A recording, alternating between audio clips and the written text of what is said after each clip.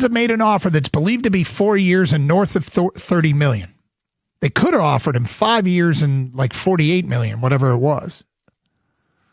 Duren's not happy. He goes out to the open market to seek a better offer, and none emerges. So when you are a restricted free agent, you can also accept a 1-year qualifying offer. The rules state you don't have to take the Pistons' long-term deal, but you get a qualifying offer, which in his case is $9.6 million. And that number, I believe, is set by the league. So he can take a $9.6 million qualifying offer and play out 1 year at $9.6 million, turn down the Pistons' 4-year, $120, $130, $140 million offer, whatever it is, and just play for $9 million, and then go on the open market and sign with whoever he wants. I just had my mic on, and I didn't even have plugged into my phone, so probably a couple videos y'all see a little bit, or one audio off. But yeah, man, more Jalen Duren news, man. And just keep rolling in. So I was watching 97 won a ticket, and they were saying that the reported Piston offer, they prorated it to 4 years for $140. So, you know, so apparently everything that, for the most part, that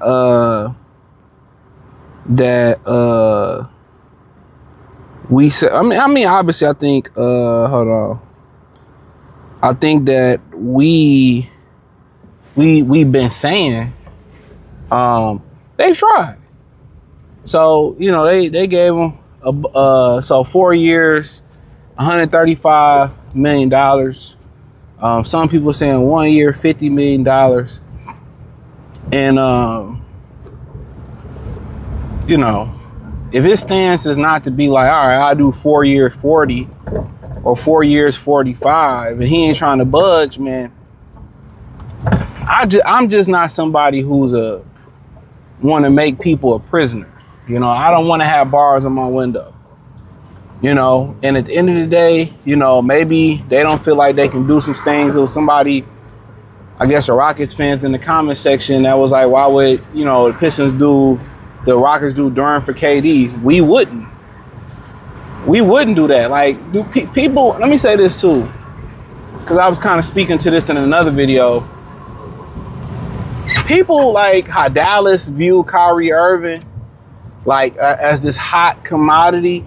Like, bro, I'm not giving up the farm for Kyrie and KD. Bro, they in their 23rd hour. Kyrie, his whole career has been filled with injuries. Even going to college, he's been injured. So at 34 years old, probably to be 35, why would I give up something tangible to get Kyrie? Kyrie is not like even you hear rumors about Philly, you know, inquired about Kyrie. You know what that was about? Give up Edgecombe and some draft picks for Kyrie? Fuck no. If you Philly, ain't no way you let LeBron come to your franchise and start trading your young pieces. That's what happened to the Lakers. And not only did they give up their young, he'll be 35 next March. So not only Kyrie, did the Lakers give up a lot of their young pieces. You know what I'm saying? They gave up a lot of their young pieces and shit. A lot of those young players, they never recovered. Their careers, they never got over the fact that, you know, the Lakers didn't even give them a chance and got rid of them as soon as Brian got there.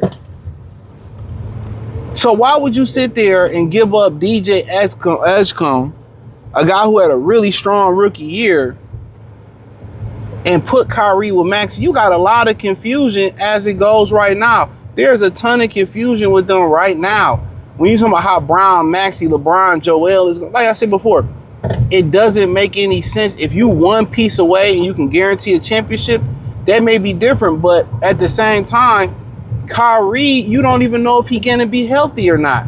So to give up a premium tag for a 37-year-old KD who hasn't had a healthy playoff run in quite some time, according to the comment section, and Kyrie Irving, I mean, you know, to me, Kyrie is a great fit, you know, if you giving up a Ron Hollins or a Karis LeVert and maybe a couple first round draft picks, but ultimately to that, what value, I mean, other than player development for Cooper Flag, to Dallas, what value do they got? I guess if you show him off next season and then see, look, Kyrie got hot, you ain't winning the championship in Dallas no time soon. You know, but hey, back to Jalen Duren.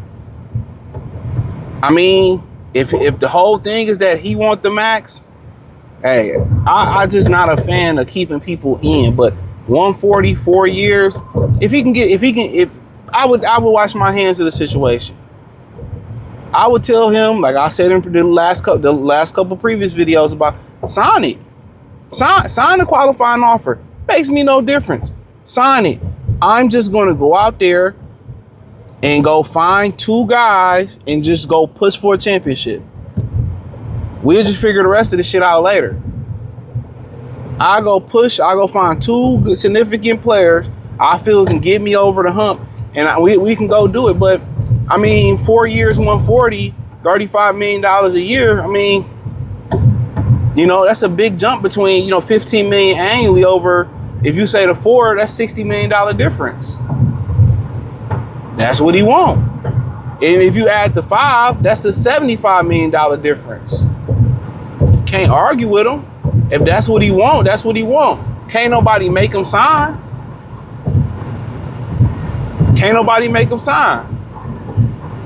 But they going back and forth. My deal will be my deal. Sign a qualifying offer, or we got to prepare to trade him. I don't really understand.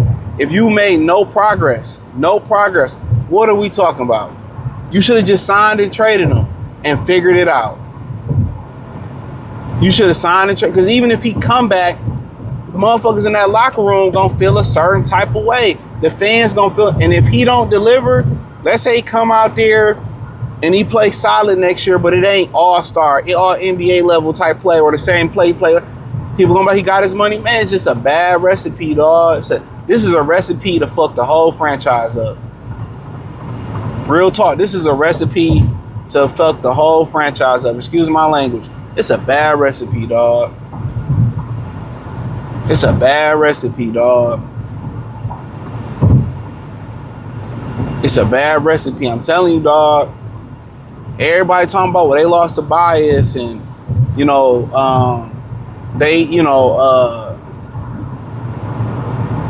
lost to bias, and they lost, this guy, that man, dog. This right here can F it all up. So we'll see.